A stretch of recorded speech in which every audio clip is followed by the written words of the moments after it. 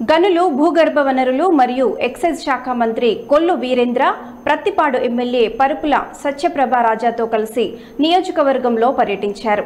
ఏలేశ్వరం విచ్చేసిన మంత్రి కొల్లు రవీంద్రకి టీడీపీ నాయకులు బొద్దిరెడ్డి గోపి, అల్లమండ సత్యవతి, చలమయ్య, మూది నారాయణ స్వామి ఘన స్వాగతం పలికారు. కాకినాడ జిల్లా ఏలేశ్వరం చైతన్య నగర్లో ఎయిమ్స్ ఫర్ సేవా సంస్థ సౌజన్యంతో దాతల సహకారంతో ₹1,20,00,000 వ్యయంతో నిర్మించిన స్వామి దయానంద సరస్వతి సేవా ఆశ్రమం నూతన భవనాన్ని మల్లు కొవ్వు రవీంద్ర ఎమ్మెల్యే సత్యప్రభతో కలిసి ప్రారంభించారు. స్వామి స్థైర్యానంద సరస్వతి అధ్యక్షతన స్థల దాతలని, బిల్డింగ్ డోనర్స్ ని మంత్రి రవీంద్ర, ఎమ్మెల్యే సత్యప్రభ ఘనంగా సన్మానించారు.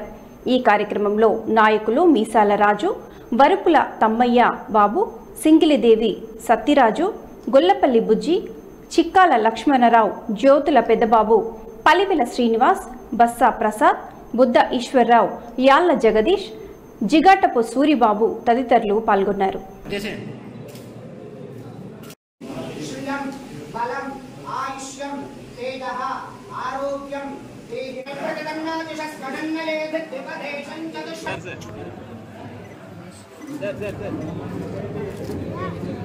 సార్ కొంచెం ఫోన్ కింద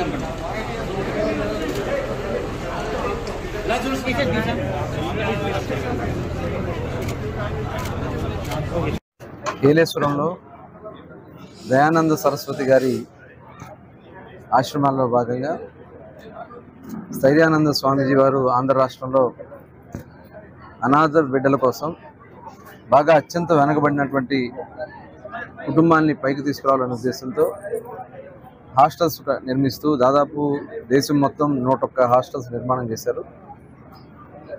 ఆంధ్ర రాష్ట్రంలో 13 జిల్లాల్లో కూడా 13 ఉమ్మడి జిల్లాల్లో 13 ఆశ్రమాన్ని హాస్టల్స్గా పెట్టి మరి ఈరోజు ఇక్కడ ఏలేశ్వరంలో దాదాపు ₹1,20,00,000 ఈరోజు ఇక్కడ భవనాన్ని నిర్మాణం చేసుకుని ప్రారంభించడం జరిగింది. ఈ కార్యక్రమానికి గౌరవ శాసనసభ్యులు పెద్దలు సత్యప్రభ గారు, అలాగే ఈ ప్రాంతంలో ఉన్నటువంటి నాయకులు, అలాగే దాతలు కూడా ఇక్కడ రావడం జరిగింది.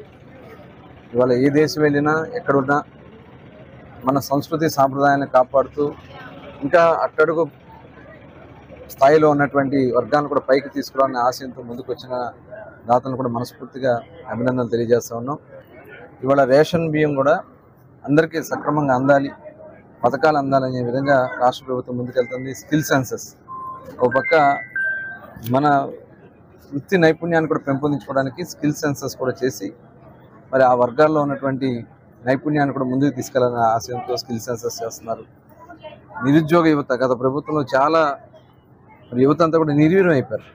వాళ్ళందరి కోసం కూడా ఇవాళ మెగా డిఎస్సి కండక్ట్ చేసి దాదాపు 16,800 పోస్టులు తీయడానికి ఇవాళ ప్రభుత్వం అన్ని చర్యలు కూడా తీసుకుంటా ఉంది.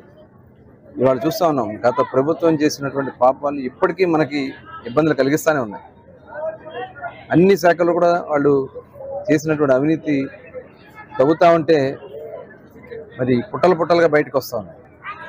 ఇవాళ అవన్నీ కూడా బయటపడుతున్నాయనే భయపడి ఇవాళ ఫైళ్లు తగలబెడుతున్నారు. గతంలో ఎప్పుడు కూడా ఇలాంటి సంస్కృతి మనం చూడలే.